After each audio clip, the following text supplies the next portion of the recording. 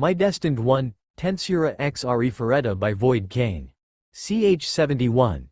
Hauria vs Empire. Part 1. What happened? What's with this?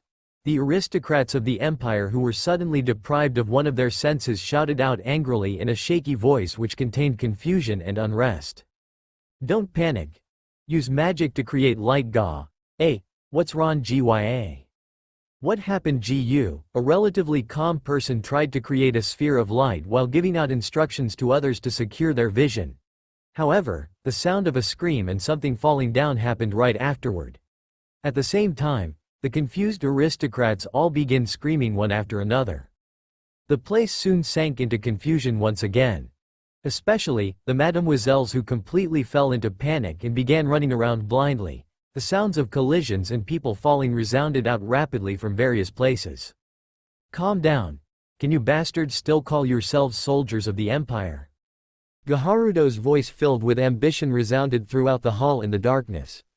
With the loud scolding voice, the aristocrats who started falling into panic and screaming due to the darkness stopped. However, Hyu, Kai, sneaking around so annoyingly. Countless arrows came flying toward Gaharudo from the darkness. With short notice, a surprise attack of arrows that held amazing speed and power attacked Gaharudo from all directions. Moreover, it was pulled off with exquisite timing. Being bombarded with incredibly accurate arrows was a bad position to be in. With so much flying towards him, Gaharudo had no choice but to be pushed into a one-sided defensive battle. He couldn't afford to give out instructions to recover the situation anymore.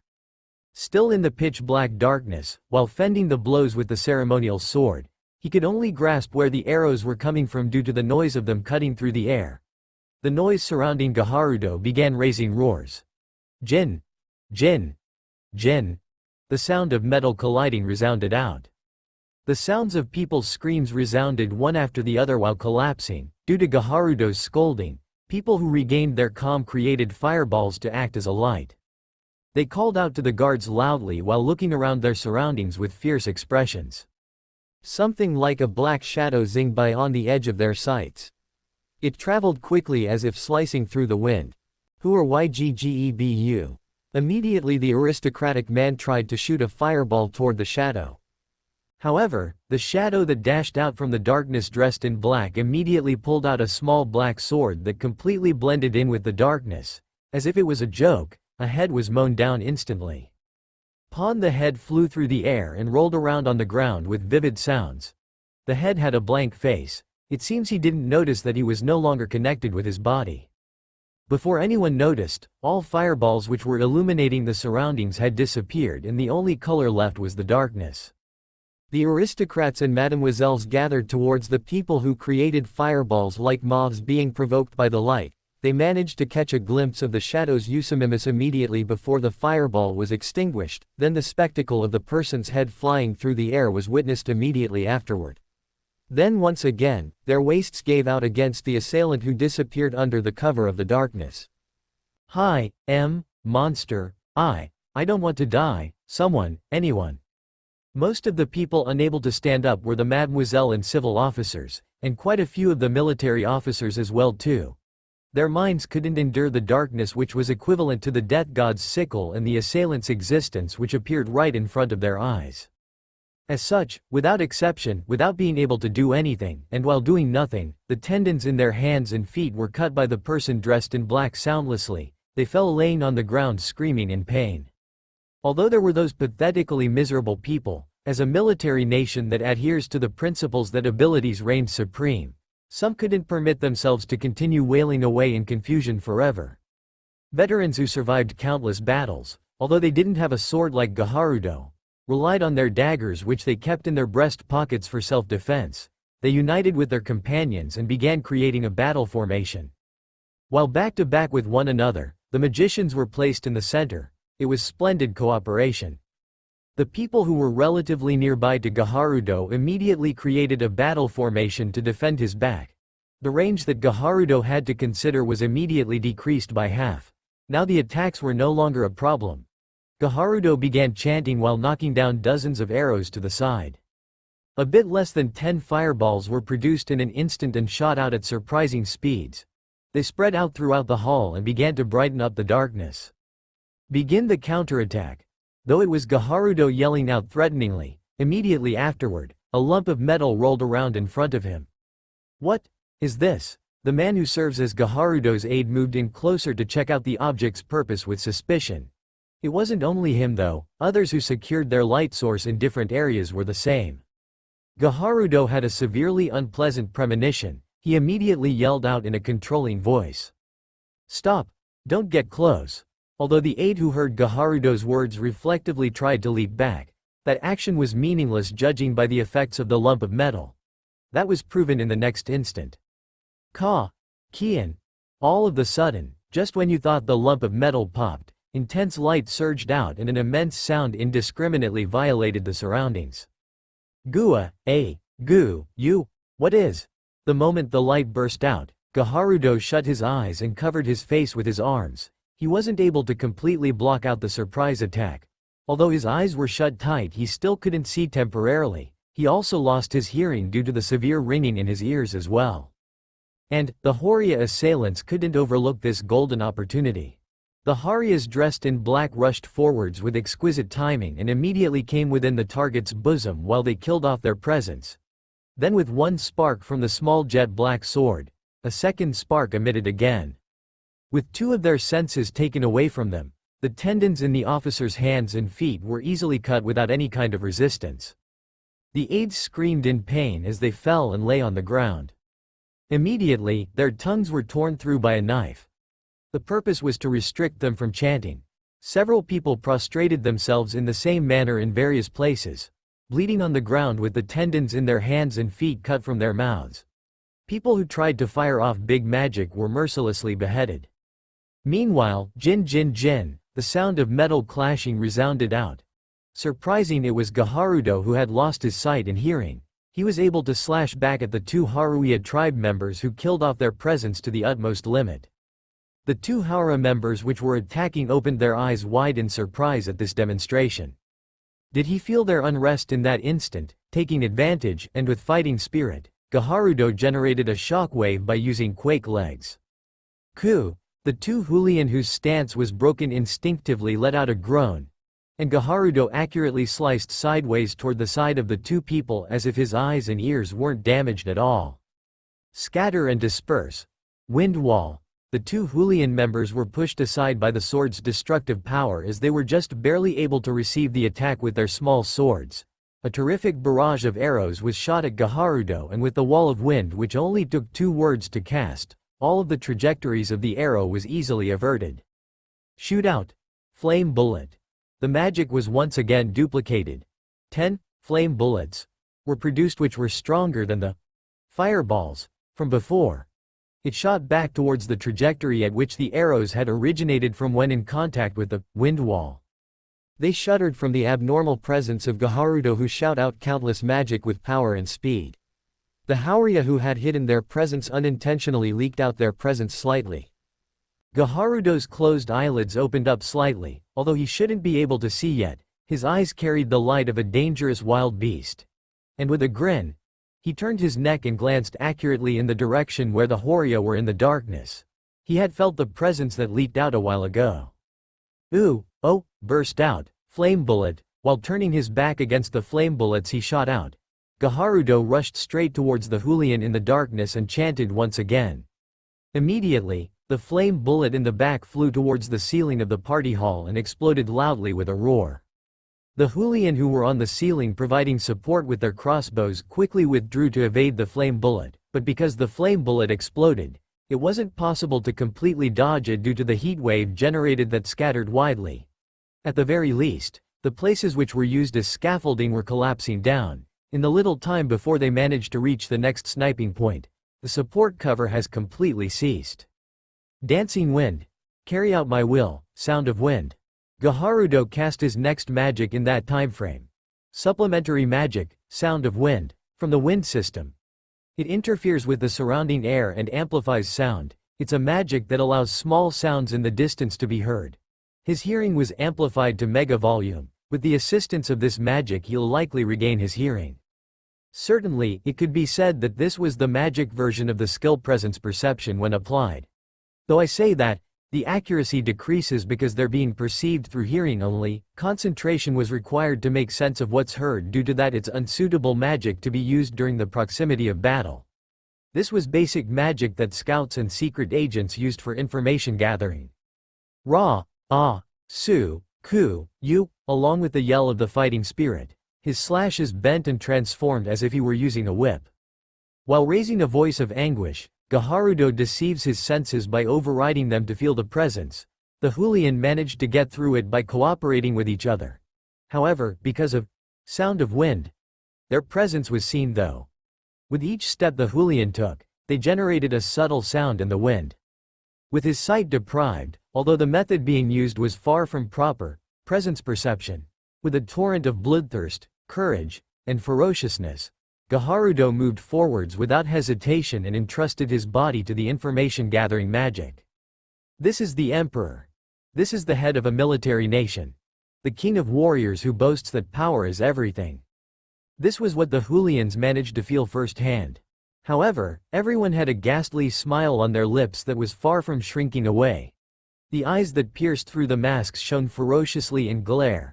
A heavy thirst for blood surged out from each and every one of them. If they couldn't hide their presence, then they'll just cooperate and bring him down. As if announcing that, the Hulian began to move as if they were all one creature. Kukuku, you're giving off quite a good thirst for blood there, nah, Hulians. The cooperation attack was on a level that wouldn't be an exaggeration to say that it exceeded the techniques based on hit and run from all directions pouring in. While fighting back against the peculiar swordsmanship, Gaharudo shouted out happily. It appears that he found out that they were the Horia tribe long ago. Even though they heard Gaharudo's shout, the Hulian was silent. They only single-mindedly released their murderous intent. You guys won't let out shocked voices. Judging from his words, as expected, only his sense of hearing has recovered a little thanks to the magic. Towards Gaharudo's shout, the Hulians released an especially strong thirst for blood. While Cam was brandishing his two short swords, he replied while overflowing with murderous intent. Those are tasteless words on the battlefield. Survive if you can. Just what I wanted. Sparks danced in the darkness and the sword swings became much more intense like a storm. However, the blades didn't reach either body. Tens of seconds, several minutes, the people whose mouths, arms, and legs were cut in certain places began to have anguished expressions. They prayed for their king's victory while being irritated that no one was rushing in from the outside. At the same time, they guessed that the assailants from the shadows were Usaginazoku due to seeing as the sparks were produced by the swords. Towards that impossible scene and the unknown, they were desperately holding in the fear they felt. Then, at that time, their expectation was betrayed by the situation. My body. Gaharudo suddenly began to stagger, and his movements rapidly dulled. As if saying, we were waiting for this. The Hulian sprang from all directions. Although Gaharudo somehow managed to resist back, it appears that Gaharudo's oddness was assumed to happen from the beginning. An arrow shot out with exquisite timing and dug deeply into Gaharudo's calf. Gua! Cam wielded his small sword towards Gaharudo, who was folding from his knees. While blocking Gaharudo's sword with one short sword, the other was used to cut through the tendon in his arm. His sword finally dropped to the ground. Although Gaharudo tried to move instantly with magic, two of the Haruias blocked his way at that exact moment and wielded their small swords in confirmation of the battle still going on. They destroyed and blew away the magic formation and the artifact that was being concealed. At the same time, the remaining arm and leg tendons were cut. Severe pain was gushing out. However, Gaharudo didn't scream out. His body began to incline slowly against his will, and, dosha, it was the sound of his body falling prone on the ground. The party hall fell silent and no words were emitted. Though a few were physically unable to say anything due to their mouths being forced shut, surely, even if they could open their mouths, none of them would have been able to say anything. The emperor of the Holshire Empire was defeated. Even if their view was shut by darkness, they could tell. That fact, the shock was so huge it erased everything else from their minds. One of the Hulian tribe members approached Gaharudo, who was still laying on the ground, and for now, gave him medicine to recover his sight and hearing. This was done in order to negotiate about the future. A monster's paralysis poisoning was scattered here so that you'd stay in place. Damn it, were you aiming for that from the beginning? Gaharudo was removed from all magic formations and artifacts that were inscribed onto his clothing. When Cam told him the reason why his body was acting abnormally after restoring his sight and hearing, he cursed out at him. Light suddenly poured down over Gaharudo's head. It was due to one of the Hooligan's equipments which acted as a flashlight. It shined down on Gaharudo as if it was a spotlight. www. What does this mean? This. Nya. Niagumo-san. Rimuru-san. J. Just what? It's fine, calm down a little princess. Right now is the climax after all. With the tendons in the hands and feet cut, and clothes were torn up here and there because of the destruction of the magic formations, the appearance of Gaharudo being illuminated by the light appeared on the ground. With lots of agitation, Liliana's mouth closed and opened while shakingly asking Hajime and Rimuru a question who she assumed was the reason for such an event. During the attack, although Liliana was beside the crowned prince Bias, Hajime instantaneously retrieved her and returned to his original position. During the Hooligan's strategy execution, Hajime, Rimuru, and everyone all gathered in the corner of the hall so that they don't become obstructive.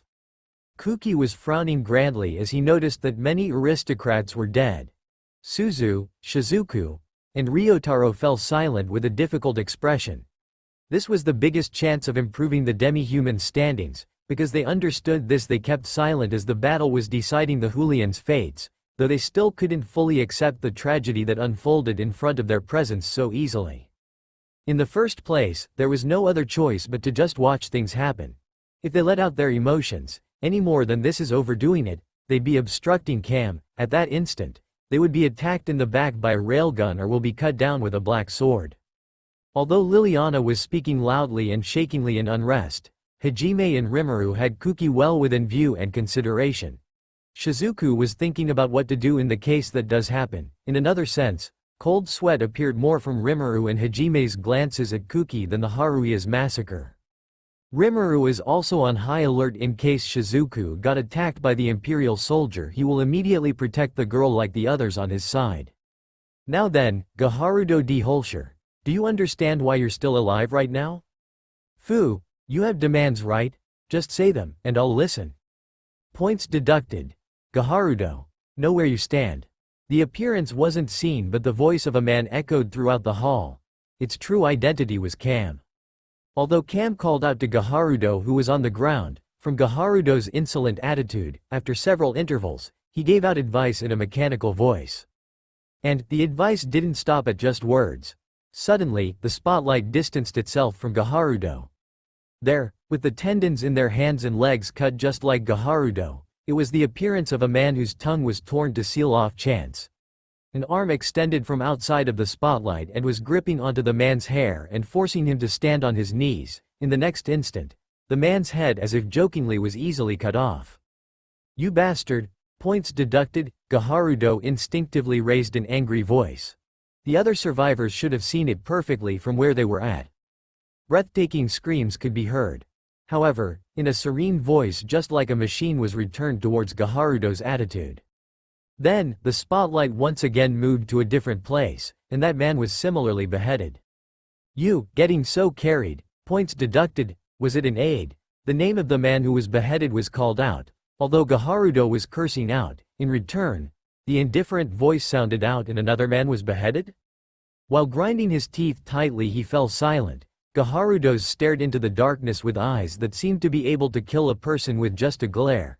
Towards such Gaharudo, Cam indifferently talked anyways. That's right, understand that your position has reached rock bottom. Judge quickly and choose your words wisely. Right now, the lives of all the people in this hall depend on your speech and behavior. Simultaneously with those words, a hand extended from outside of the spotlight and placed a necklace on Gaharudo's neck before he was aware. It was a thin chain with a bright red jewel attached to the tip. This is the collar of oath, Gaharudo, the oath which you'll pledge to from your mouth. This artifact will be holding your life as lateral. If it triggers even once, not just you, but anyone else who's connected with your soul throughout your life will die.